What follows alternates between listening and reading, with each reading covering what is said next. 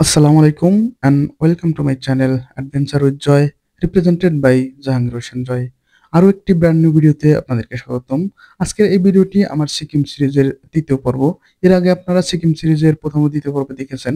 দ্বিতীয় পর্বে দেখেছেন আমি কিভাবে শিলিগুড়ি থেকে গ্যাংটক এসে পৌঁছালাম। আর এই পর্বে আপনারা দেখবেন আমি কিভাবে গ্যাংটক থেকে লাচুং পৌঁছাই এবং লাচুং পৌঁছানোর বিস্তারিত গল্প এই ভিডিওতে আমি বর্ণনা করার চেষ্টা করব। তো চলুন ভিডিওটি শুরু করা যাক।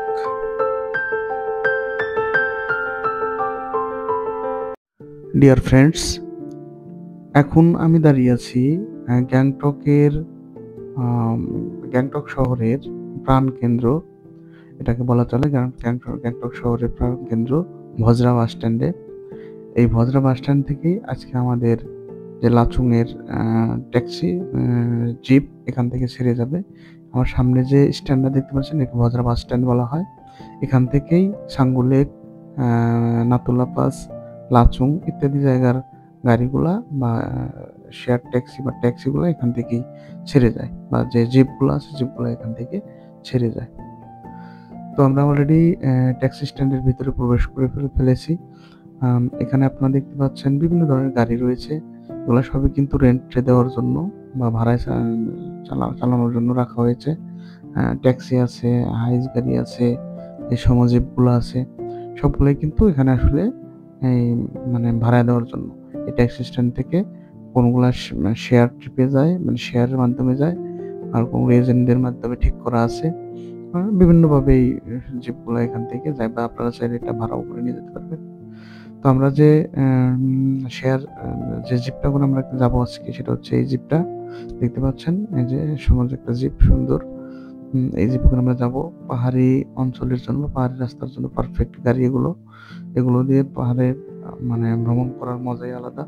আসলে পাহাড়ি রাস্তায় কিন্তু অন্য যানবাহন দিয়ে খুব একটা জার্নি করে মজা পাওয়া যায় না, বা একটু রিস্ক কিছুটা হলেও থাকে। কিন্তু এই জিপগুলা খুবই শক্তিশালী, এদের ইঞ্জিনের পাওয়ার অনেক বেশি, যার কারণে পাহাড়ি রাস্তায় খুব সহজে এরা চলাচল করতে পারে।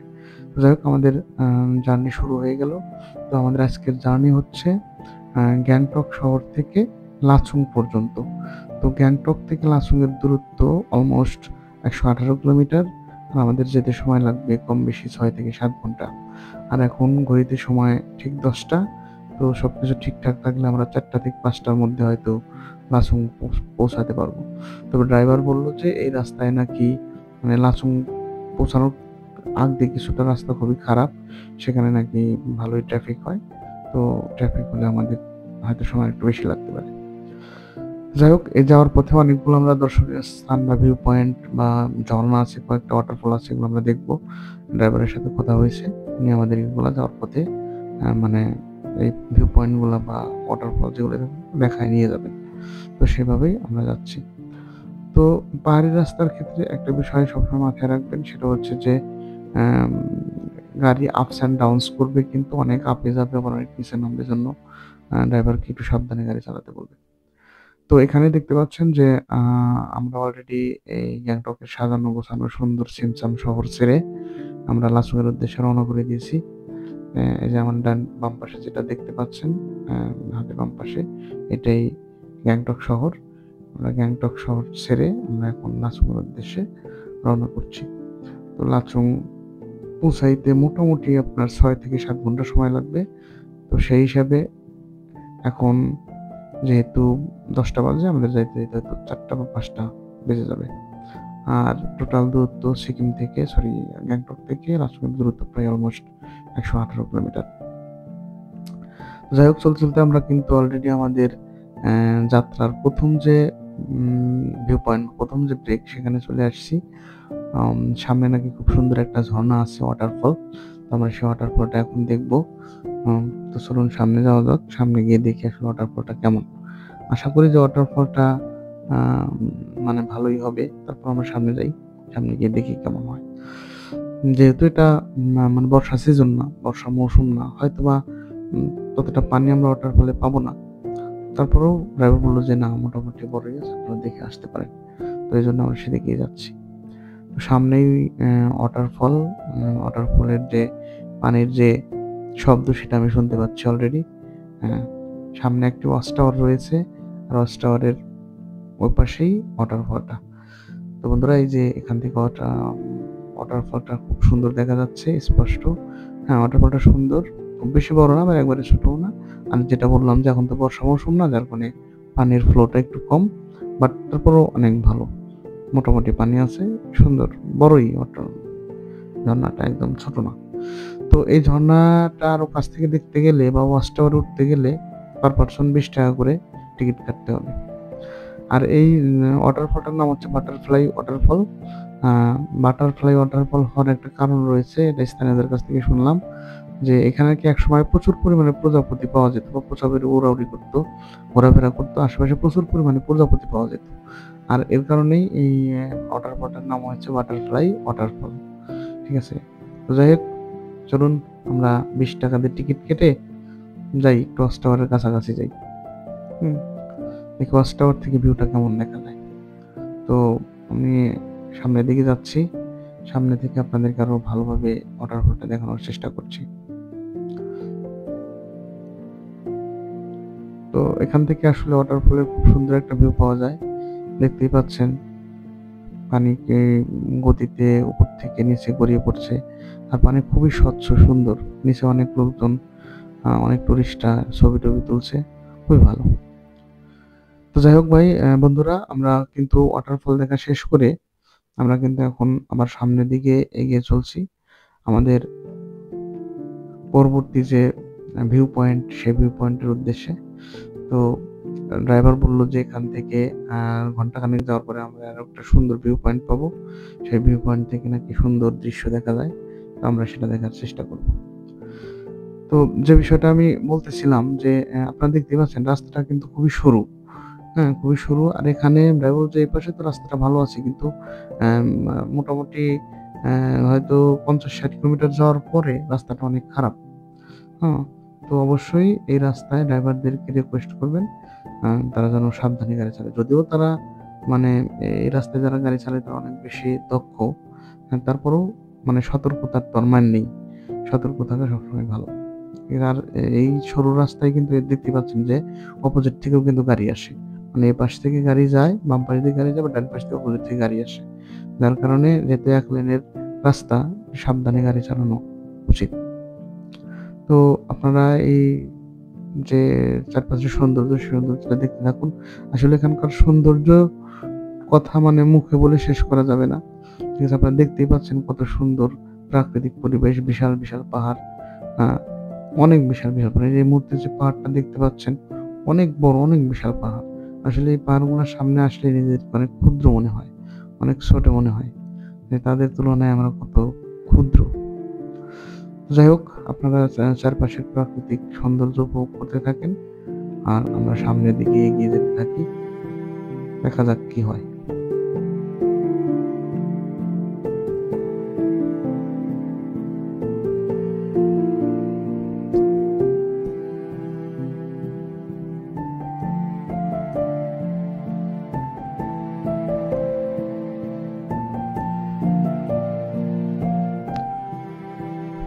ডিয়ার অডিয়েন্স, অবশেষে আমরা আমাদের যাত্রার দ্বিতীয় ভিউ পয়েন্টে চলে আসছি। আর এই যে ব্রিজটা দেখছেন, এই ব্রিজটার নাম হচ্ছে ডিকসু ব্রিজ। হ্যাঁ, এই যে ডিকসু ব্রিজ নামকরণের কারণ হচ্ছে নিচ দিয়ে যে নদীটা প্রবাহিত হয়ে গেছে, সেই নদীর নাম হচ্ছে ডিকসু রিভার। আর ডিকসু রিভারের উপরে এই ব্রিজটা করা হয়েছে, বিধায় এই ব্রিজটার নাম হয়েছে ডিকসু ব্রিজ। এখান থেকে চারপাশের মানে সৌন্দর্য এত সুন্দর, মানে বলার মতো না। আমাদের চারপাশে পাহাড় আর পাহাড়, মাঝখান দিয়ে নদী। ঠিক আছে, কত সুন্দর দৃশ্য, মানে কি বলবো, এটা আসলে মানে বলে বোঝানো যাবে না কত সুন্দর এই জায়গাগুলো। অবশ্যই রিকোয়েস্ট থাকবে, যদি সম্ভব হয় আপনারা নিজেরা সবাই এই জায়গাগুলো মানে পরিদর্শন করার চেষ্টা করবেন সম্ভব হলে। কারণ নিজ চোখে দেখা আর ক্যামেরায় দেখা রাত আর দিন পার্থক্য। ক্যামেরায় বা কতটুকুই এই সৌন্দর্য উঠানো যায়, ঠিক আছে। তো চেষ্টা করবেন সবাই আসলে এই সমস্ত জায়গায় গিয়ে নিজ চোখে এই দৃশ্যগুলো দেখার জন্য। আমাদের ড্রাইভার কিন্তু আসলে অনেক হেল্পফুল, উনি কিন্তু একজন গাইডের কাজ করতেছেন আমাদের সাথে। ঠিক আছে, গাইডই বলবো, কারণ এই যে আমরা যে সিকিম থেকে লাচুং যাচ্ছি, যাওয়ার কিন্তু একটা ইনার লাইন পারমিশন লাগে। ঠিক আছে? এই পারমিশন কিন্তু ওনারাই ব্যবস্থা করে রাখছে।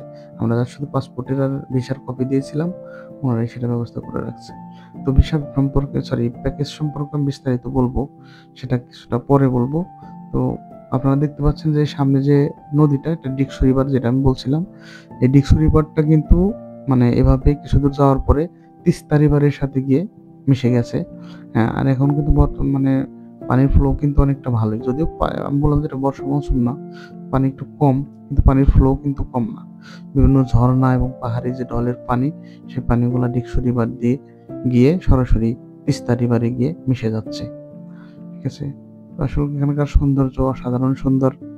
এটা আসলে মানে মুখে বলে এটা আপনাদের বোঝানো যাবে না। যদিও ক্যামেরায় কিছুটা দেখতে পাচ্ছেন আপনারা, সরাসরি আসলে হয়তোবা আরো ভালো, আরো সুন্দর দেখতে পাবেন। যাই হোক, আপনারা আশেপাশের সৌন্দর্য দেখতে থাকুন।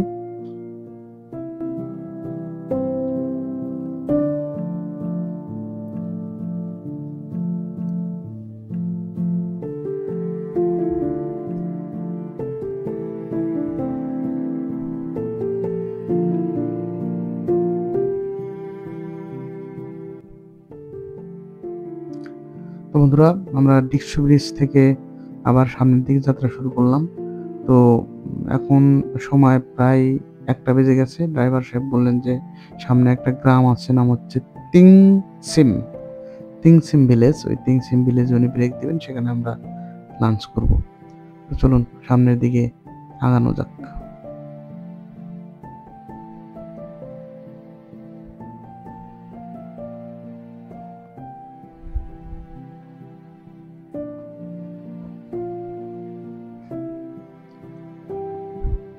বন্ধুরা, অলরেডি সেই তিংসিম ভিলেজে আমরা পৌঁছে গেছি। এখানেও একটা ভিউ পয়েন্ট রয়েছে। এখান থেকেও কিছুটা সুন্দর দৃশ্য আমরা দেখলাম। তো এখন এখানে আমরা লাঞ্চ করব। ওই সামনে যে হোটেলটা দেখতে পাচ্ছেন, ওই হোটেলেই আমরা আজকের দুপুরের লাঞ্চ করব। তো চলুন হোটেলের দিকে আগানো যাক। আর এই জায়গার নাম বন্ধু হচ্ছে তিংসিম ভিলেজ। তিংসিম ভিলেজ এটা একটা মানে খুবই গুরুত্বপূর্ণ গ্রাম এই সিকিম স্টেটের, নর্থ সিকিম স্টেটের খুবই গুরুত্বপূর্ণ একটা গ্রাম। এখানে অনেকগুলো নাকি ভিউ পয়েন্টও রয়েছে। তো আমরা অলরেডি একটা দেখেছি, সামনে নাকি আরো আছে।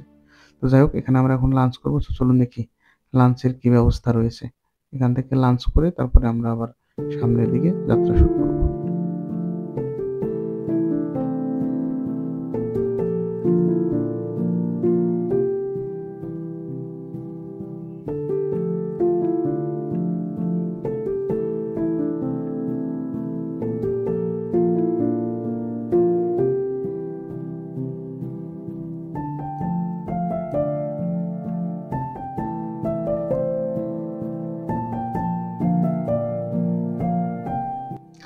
তো বন্ধুরা, লাঞ্চ খুবই সাদামাটা, একদমই সাদামাটা। ডাল, একটা ভাজি আর হচ্ছে ডিম। ডিমের কালার দেখেন একদম টমেটোর মতো, মনে হচ্ছে টমেটো দিয়ে রান্না করছে। আসলে না, ওনারা কিন্তু বিশেষ এক ধরনের মশলা ব্যবহার করে, জানলে দেখা যায়। খুবই নর্মাল নাস্তা, লাঞ্চ, খুবই সাধারণ লাঞ্চ। তো বন্ধুরা, লাঞ্চ শেষ করে আমরা আবার সামনের দিকে যাত্রা শুরু করলাম। সামনেই একটি ব্রিজ রয়েছে, সেটা হচ্ছে কাঠের পাটাতনের ব্রিজ। ব্রিজটা মানে পুরাটাই কাঠের পাটাতন দিয়ে করা। ব্রিজটা অবশ্য খুবই সুন্দর। হুম, এই ব্রিজটা এখন আমরা অতিক্রম করব। আর এই ব্রিজ থেকে এই নদীর যে সৌন্দর্যটা অসাধারণ। মানে বললাম কি, চারপাশে পাহাড় বেষ্টিত, মাঝখান দিয়ে নদী। আসলে এর সৌন্দর্যটাই অন্যরকম, মানে ভাষায় প্রকাশ করার মতো না। মানে যতই দেখছি ততই মুগ্ধ হচ্ছি। বিশাল বিশাল পাহাড়ের মাঝখানে এরকম নদী, সেই নদী দিয়ে পাহাড়ি ঢলের পানি বা ঝর্ণার পানিগুলা প্রবাহিত হয়ে প্রতিনিয়ত নিচের দিকে চলে যাচ্ছে।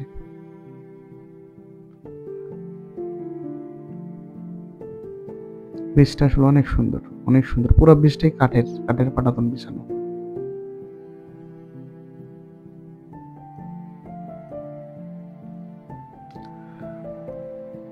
তো বন্ধুরা, এবার প্যাকেজের বিষয়ে আসি। প্যাকেজের সম্পর্কে আপনাদের সাথে কথা বলছিলাম, সে প্যাকেজ বিষয়ে একটু আপনাদের সাথে আলোচনা করি। আসলে এখানে এই সিকিম থেকে লাচুং যাওয়ার যে প্যাকেজ, 2 দিন 1 রাতের প্যাকেজ, এবং এর সাথে 3 বেলার খাবার ইনক্লুডেড থাকে। হ্যাঁ, এই প্যাকেজটা সাধারণত আপনি যে হোটেলে থাকবেন তাদের সাথে কথা বলে তারা ম্যানেজ করে দিবে, অথবা এমজি মার্গের গেলেই আশেপাশে অনেক ট্যুর অপারেটরদের সব দেখতে পাবেন, এজেন্সিদের সব দেখতে পাবেন। সেখানে গিয়ে কথা বললেও আপনারা অনায়াসেই এটা বুক করতে পারবেন। তবে আপনারা অবশ্যই আমাদের মতো ভুল করবেন না। আমরা যে ভুলটা করেছিলাম, আমরা গ্যাংটকে এসে পৌঁছাইতে আমাদের প্রায় রাত 10:30 বেজে গিয়েছিল এবং প্রচুর বৃষ্টি ছিল। আমরা এর জন্যে মানে চরম মূল্য দিতে হয়েছে। মানে সবকিছু আমরা দেখছেনই তো, যে আমার রুম 1500 টাকার রুম আমরা 4000 টাকা দিয়ে ভাড়া করছি। তেমনি 2000 বা 2500 টাকার প্যাকেজ আমাদের 3500 টাকা দিয়ে নিতে হয়েছে। যাই হোক, সে প্যাকেজ বিষয়ে আসি। প্যাকেজটা আপনি হোটেলে বা এজেন্সিদের কাছে গেলে তাদেরকে করাইতে পারবেন। তাদের সাথে আপনারা চেষ্টা করবেন গ্যাংটকে নামার সাথে সাথে আগে পরের দিন সকালের প্যাকেজটা আপনারা কমপ্লিট করে নেবেন। 2 দিন 1 রাতের প্যাকেজ সাধারণত 2000 থেকে 2500 টাকা হয়ে থাকে পার পারসন। এর মধ্যে লাচুং যাওয়া, আসা, 3 বেলা খাওয়া এবং হোটেলে 1 রাত থাকা সবগুলো ইনক্লুডেড থাকে। তারপর আপনারা কথা বলে নিবেন। কথা বলে দেখা যাবে কম বেশি মানে অনেক সময় পাওয়া যায়। বাট আমরা তো বললামই যে আমাদের এই প্যাকেজটা নিতে হয়েছে 3500 টাকা দিয়ে, বিকজ আমরা 10:30টার সময় পৌঁছাইছিলাম।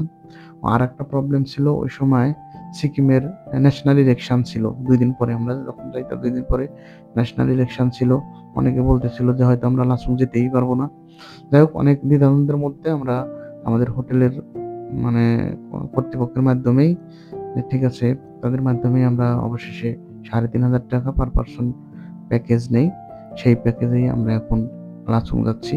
তবে আপনারা অবশ্যই এই ভুলটা করবেন না। আপনারা গ্যাংটক একটু তাড়াতাড়ি আসার চেষ্টা করবেন এবং সেখানে এসেই হোটেলে ওঠার আগেই আপনারা যেকোনো একটা ট্যুর কোম্পানিতে গিয়ে তাদের মাধ্যমে আপনার লাচুং এর যে প্যাকেজটা নিয়ে নিবেন। অথবা হোটেলে উঠলেও হোটেলে ওঠার সাথে সাথেই হোটেলের যে ম্যানেজার বা হোটেলের যারা স্টাফ থাকে তাদের সাথে কথা বলে এটাকে কমপ্লিট করে ফেলবেন। যত রাত ভর বেশি হবে, রাত ভর হবে, তত কিন্তু আপনাদের এই কস্টটা বেড়ে যাবে। তো বন্ধু, যেটা বলতেছিলাম যে আসলে দেখেন এখানকার যে পাহাড়গুলা মানে বিশাল বিশাল দৈত্যাকৃতির পাহাড়, ঠিক আছে, যেখানেই যাবেন শুধু পাহাড়। একটা পার করে গেলে আরেকটা আরো বিশাল আকৃতির আরেকটা পাহাড় সামনে এসে হাজির হয়। আর বিশেষ করে সবচেয়ে বেশি ভয় লাগে যখন পাশের এই মানে খাদের দিকে তাকানো হয়, যে খাদটা বা এর যে গিরিখাতটা, মানে যদি কোনোভাবে একবার কেউ এখানে পড়ে তাকে আর খুঁজে পাওয়া যাবে না। মানে বাঁচার তো কোনো প্রশ্নই ওঠে না, তাকে খুঁজেই পাওয়া যাবে না। এত গভীরতা। আমরা অলরেডি কিন্তু মনে করেন হয়তোবা ৭ থেকে ৮,০০০ স্কয়ার ফিট উপরে আছি। আর এর চেয়েও যে বড় বড় পাহাড়গুলো যে আশেপাশে দেখতেছেন, এগুলো কিন্তু এর চেয়েও আরো ধরেন হয়তো ৫-৭,০০০ স্কয়ার ফিট উঁচু হবে, বড় হবে। কখনো এই পাহাড়ের উপরে উঠতেছি, আবার কখনো নামতে নামতে একদম ওই পাশে যে রিভার আছে, রিভারের পাশ দিয়ে যাচ্ছি। এরকম একটা অবস্থা। আর পাহাড়ে আঁকাবাঁকা তো আছেই। বিশেষ করে এই যে গাড়িগুলা যে আমাদের উপরের দিকে উঠতেছে, এই উপরের দিকে ওঠার সময়ও ডাইনে বামে প্রচুর বাঁক রয়েছে। এই বাঁকগুলো কিন্তু ভয়াবহ বাঁক। এই যে আমাদের গাড়িটা এখন দেখেন একটা বাঁক নিবে, আমরা কিন্তু উপরে উঠতেছি, আপে যাচ্ছি, তারপর আবার এরকম বাঁক। আবার সবচেয়ে বড় ভয়ের বিষয় হচ্ছে অপোজিট থেকে কিন্তু আবার গাড়ি আসে। হ্যাঁ? অন্য পাশ দিয়ে কিন্তু গাড়ি আসে। এটা কিন্তু একটা ভয়ের কারণ। এজন্য অবশ্যই মানে ড্রাইভারদেরকে একটু মানে বারবার সতর্ক করবেন যেন ওনারা সাবধানে গাড়ি চালায়। যদিও ওনারা সাবধানেই চালায়, আর ওনাদের এখানে তো চালানোর ব্যাপক অভিজ্ঞতা রয়েছে। তারপরও সতর্ক থাকলে তো দোষ নেই। সতর্কতার কোনো মান নেই। তো বন্ধুরা, আপনারা সুন্দর পরিবেশটা উপভোগ করতে থাকুন। আশেপাশের প্রাকৃতিক পরিবেশ এবং এই পাহাড়ি আঁকাবাঁকা রাস্তার সৌন্দর্য উপভোগ করতে থাকুন। চলুন সামনের দিকে আগানো যাক।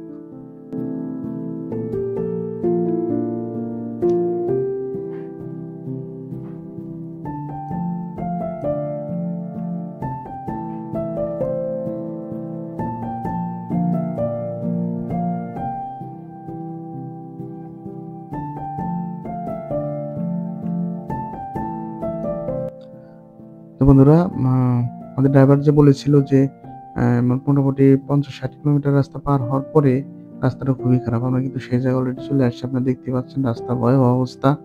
একদম ভয়াবহ অবস্থা। মানে মনেই হচ্ছে না যে এটা কোনো রাস্তা বা এখান দিয়ে কোনো গাড়ি যাইতে পারে। দেখেন রাস্তার কি কন্ডিশন। ঠিক আছে? এজন্য উনি বলছিলেন যে রাস্তাটা খারাপ এবং এই সমস্ত জায়গাগুলোতে ট্রাফিক জ্যাম পড়ে যায়। তো আমাদের কপাল ভালো যে আমরা খুব একটা ট্রাফিকে পড়িনি, বাট রাস্তা প্রচুর খারাপ হওয়ার কারণে ড্রাইভার খুব স্লো গাড়ি চালাচ্ছে, ঠিক আছে, এবং স্লো এবং মানে আস্তে ধীরে গাড়ি চালানোটাই এখানে বুদ্ধিমানের কাজ। দেখেন একদম পাহাড়ি রাস্তা, তারপর আঁকা বাঁকা, মানে মানে একবার ডানে একবার বামে, একবার উপরে যাচ্ছে একবার নিচে নামতেছি, একটা ভয়াবহ একটা অভিজ্ঞতা। হুম, মানে কি বলবো এটাকে, অনেকটা মানে কি বলে ডেঞ্জারাস বিউটিফুল বলে, ঠিক আছে, মানে সুন্দর বাট মারাত্মক ধরনের সুন্দর, ভয়াবহ রকমের সুন্দর, যে সৌন্দর্যের মধ্যে, বেশ সুন্দরের মধ্যে মানে বিপদ আপদের সম্ভাবনা থাকে বেশি, এটাকে ডেঞ্জারাস বিউটিফুল বলা হয়। তো এখানে কিন্তু আশেপাশে ছোটখাটো অনেক ঝর্ণা, এই যে দেখতে পাচ্ছেন আর একটা ছোট ঝর্ণা, এরকম অনেক ঝর্ণা মানে রাস্তার দুপাশে আপনারা দেখতে পাবেন, ঠিক আছে। আর বিভিন্ন ধরনের ভিউ পয়েন্ট তো রয়েছেই, কিন্তু রাস্তার অবস্থা কিন্তু বেহাল দশা। আমার মনে হয় না যে এখানে আসলে মানে যারা একটু শারীরিকভাবে অসুস্থ বা যাদের শারীরিকভাবে প্রবলেম রয়েছে তাদের এখানে আসা উচিত হবে। রাস্তার ভয়াবহ অবস্থা, এক পাশ দিয়ে গাড়ি গেলে আরেক পাশে গাড়ি দাঁড়ায় থাকতে হয়, নইলে গাড়িগুলো পার মানে ক্রস করতে পারে না। একটু কম বেশি হইলেই তো একদম গিরিখাতের মধ্যে গিয়ে পড়তে হবে, ঠিক আছে, যেগুলো আমাদের প্রায় 8 থেকে 9,000 স্কোয়ার ফিট গভীরে গিয়ে আমাদের পড়তে হবে, মানে কাউকে খুঁজেই পাওয়া যাবে না। তো ভ্রমণে আসলে অবশ্যই সাবধানে আসতে হবে, মানে বারবার আমরা ড্রাইভারকে বলছিলাম একটু সাবধানে সাবধানে, উনি সাবধানে চালাচ্ছিলেন, তারপরেও মানে ভয় লাগতেছিল যে কি একটা অবস্থা। তো আমরা অলরেডি মানে লাচুং এর অনেকটা কাছাকাছি চলে আসছি। ড্রাইভার বলল যে আর হয়তো 10 থেকে 15 কিলোমিটার রাস্তা আছে। হ্যাঁ, তবে শেষের দিকে রাস্তা আবার অনেক ভালো। শেষের 10 কিলোমিটার রাস্তা নাকি অনেক ভালো। ওটা যাইতে অনেক খুব কম সময় লাগবে। এই খারাপ রাস্তাটা ক্রস করার পরেই মোটামুটি একটা ভালো রাস্তা আমরা উঠবো। তখন হয়তো আর আমাদের আম মানে এতটা খারাপ লাগবে না, যেটা এখন লাগতেছে। তো এই রাস্তা পার দেওয়ার সময় অনেকগুলো আমরা ছোট, ছোট ভিলেজ, ছোট, ছোট গ্রাম আমরা পার করে আসছি। অনেকগুলা গ্রাম পার করে আসছি। এই গ্রামগুলো অনেক সুন্দর। এখানকার ঘরবাড়িগুলো অনেক সুন্দর। ঠিক আছে? উনারা খুবই মানে সুন্দরভাবে নিপুণভাবে ঘরবাড়িগুলো তৈরি করে। দেখলে মানে মানে মনটা ভরে যায় আরকি।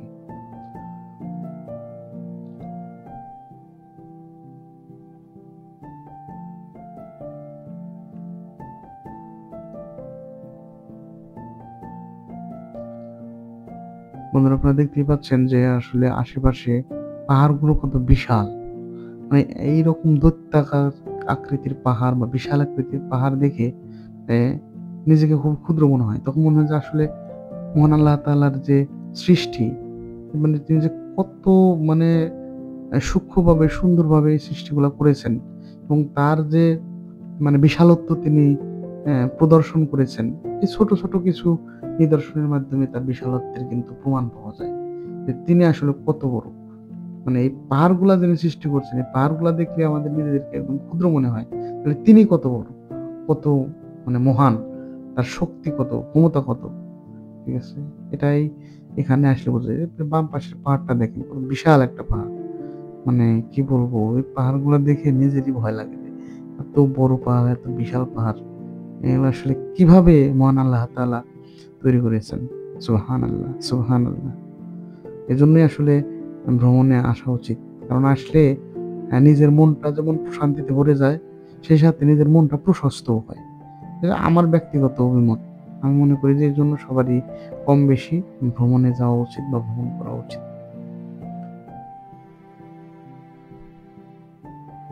যাই হোক, আমরা অল্প কিছুক্ষণের মধ্যেই হয়তোবা পরে ইয়াতে আ প্রবেশ করব। যে হয়তো ঘন্টাখানেক লাগবে। ঘন্টাখানেকের মধ্যে আমরা চলে যাব আরকি। লাচুং পৌঁছে যাব।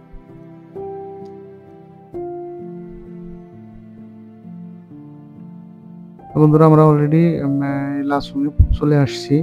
তো লাচুং এ আসার পরে আমরা মাত্রই আমাদের জিপ থেকে নামলাম। এখন সময় হচ্ছে সন্ধ্যা 6:30।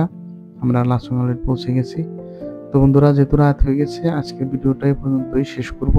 পরবর্তী পর্ব দেখার আমন্ত্রণ জানিয়ে আজকের মতো ভিডিওটা শেষ করছি।